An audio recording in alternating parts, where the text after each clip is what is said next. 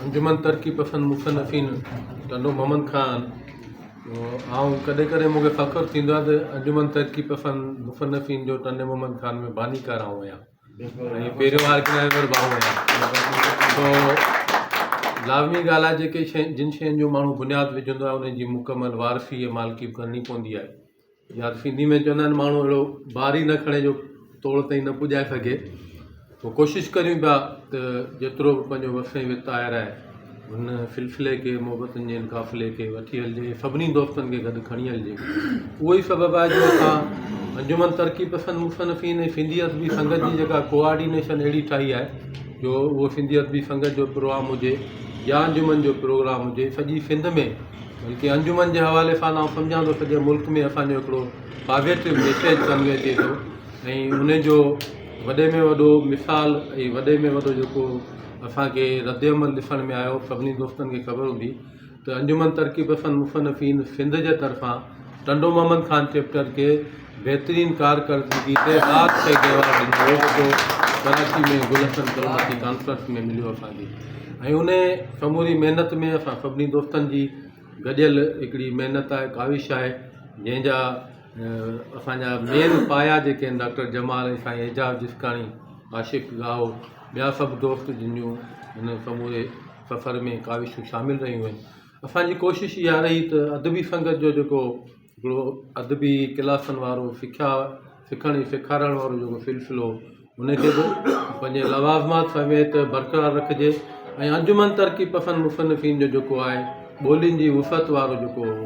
सवाल आहे, जेका अहमियत आहे ॿोलियुनि जी वुफ़त जी, छो सिंधी अदबी संगत जे क्लासनि में असां मजबूरी आहे त असां वटि सिंधी ॿोली खां सवाइ ॿी का बि तकलीफ़ न पढ़ी वेंदी आहे, न पेश थींदी आहे। अंजुमन तरक़ी पसंद जो प्लेटफॉर्म जो असांखे बेनिफिट इहो त उते तव्हां कंहिं बि ॿोली में, उहा चाहे तव्हांजी उर्दू हुजे, सिंधी हुजे, पश्तो हुजे, पंजाबी हुजे, जेका बि हुजे, उन जी असांखे हिन प्लेटफॉर्म तमामु घणी वुफ़त ॾिनी। उनजो नतीजो इहो निकितो कुझु दोस्त अहिड़ा हुआ जिन जो उर्दू शाइरी हुई खोड़ सारनि दोस्तनि खे ख़बर बि कोन हुई। जीअं अॼु असां वटि मती आयो, मुती वटि बि उर्दू जी शाइरी हुई पर उन माहौल ॾिसी हुन पंहिंजी सिंधी शाइरी ॿुधाई ऐं ॾाढी ज़बरदस्त असांजी नशिस्त गुज़री। ऐं जेके परे खां दोस्त कई आहे, ख़ासि तौरु आसिम अरबाब साहिबु टने ग़ुलाम अली खां कई आयो आहे ऐं टिखड़ खां फैज़, मोहतरम आकाश ऐं साईं शाहिद उदास, साईं ताज सिंधी साहिबु, हाकम सोलंगी वीचारो आबादगार वारे पासे खां परे खां ईंदो आहे, ऐं फयाज़ जान मोहम्मद अयाब हिननि जो ॻोठ बि असां खां परे आहे, राजे बाकर वारी साइड खां फेरोज़ खसकेली असांजे हिन सथ जो ॼण त मुस्तक़िल मेंबर थी वियो आहे, साईं इमदाद जा बि असीं थोराइता आहियूं। जेके बि दोस्त आया आहिनि हिते ऐं सभिनी दोस्तनि खे चवंदुसि मामा गुलाम नबी जे लाइ हथड़नि जा गुलाब थी अचिजो। मामा गुलाम नबी अॼु सुबुह जो 8 बजे अखि जी ऑपरेशन करायो आहे, ऑपरेशन कराए पहिरें ॾींहुं चई जॻह हिन मुशाइरे में शरीक थियो आहे ऐं पंहिंजी हुन जज़्बनि जो इज़हार बि कयो, पंहिंजे एहसासनि जी कैफ़ियत बि असांजे अॻियां निमाया कई। पोइ आऊं सभिनी दोस्तनि जो दिलि जे गहराइनि सां शुक्रगुज़ार आहियां, ख़ासि तौर ते अंजुमन तरक़ी पसंद मुसनफ़ीन तव्हां सभिनी दोस्तनि जी गॾियल हिकिड़ी तनज़ीम आहे, गॾियल असांजो प्लेटफॉर्म आहे। कोशिशि कंदासीं त हिन क़िस्म जूं महफ़िलूं, हिन क़िस्म जूं रौनकूं क़ाइमु ऐं दाइमु रहनि। मुस्तक़बिल में जेको असांजो नेक्स्ट स्टेप ईंदो उन में असांजी इहा कोशिशि आहे त सिंधी अदबी संगत शाख टंडो मोहम्मद ख़ान जी नई बाडी चूंडिजी आई आहे, उनखे आजियारो ॾिजे अंजुमन तरक़ी पसंद मुसनफ़ीन जे तरफ़ां। ऐं ॿिए महीने जे लाइ जेका असांजी तयारी आहे उहा आहे वरी बि मज़ाया तरई ऐं गैर तरई मुशाइरो। हुन में मज़ाया शाइरी बि हूंदी, तरह ॾिनल हूंदी हुनजी, उन ते दोस्त तब आज़माई करे अचनि ऐं पोइ तरह खां बग़ैर जेके दोस्त लिखनि था पोइ भले उन में जेकॾहिं को दोस्त संजीदा शाइरी पढ़े थो उन ते का रोक टोक कोन्हे, पर जज़्बनि जो इज़हार आहे, एहसासनि जी जेका इज़हार जी जेका कैफ़ियत आहे उनजी सभिनी खे इजाज़त आहे। ऐं आख़िर में हिकु दफ़ो ॿीहर सभिनी दोस्तनि जो दिलि जे गहराइनि सां शुक्रगुज़ार आहियां। अंजुमन तरक़ी पसंद मुसनफ़ीन टंडो मोहम्मद ख़ान जो समूरो सत तव्हांजे हिननि मोहबतनि जो न रुॻो कर्ज़ी रहंदो, पर तव्हांजे हिननि मोहबतनि खे सहेड़ण जे लाइ असां वक़्तु बे वक़्तु तव्हांखे हिते गॾु कंदा रहंदासीं, तव्हांखे सॾु ॾींदा रहंदासीं। इन उमेद सां तव्हां हमेशह असांजो सॾु वरनाईंदा रहंदा। तव्हांजी महिरबानी।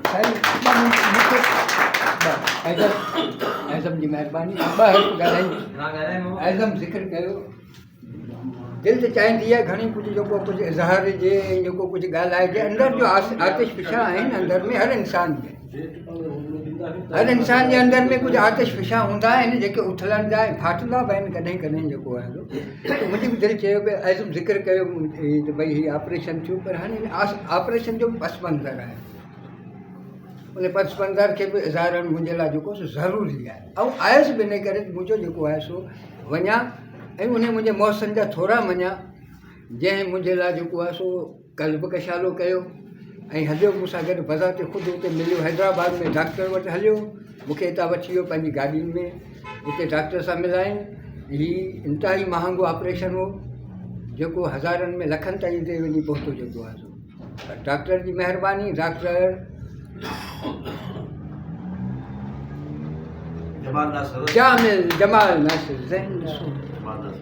जमाल नासिर सोलंकी खे सलाम थो करियां हाज़िर बि न करे थियसि डॉक्टर जा थोरा वञी मञा ऐं सरे आम मञा ऐं ॿुधायां बि सही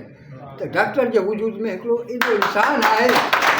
जेको मुंहिंजे लाइ सभिनी लाइ कुदरते हिन जे रूह में हीउ एजाज़ बि आहे ऐं होॾा इहे आहिनि बाक़ी जेको आहे सो हिकिड़ी तरपंदड़ दिलि रखनि था हर कंहिंजे लाइ जेको आहे सो जॾहिं को वञे थो को आसवंद तुंहिंजी आस खे हिननि कॾहिं बि जेको आहे सो मोटायो न आहे ऐं इंतिहाई जेको आहे सो अदब सां एहतराम सां डॉक्टर जमाल एजाज़ साईं ॿिया सभु आज़म साहब पूरी सच जो जेको आहे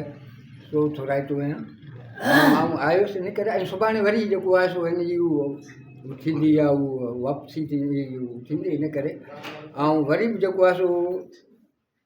सुभाणे इंशाल्लाह ठीकु थी वरी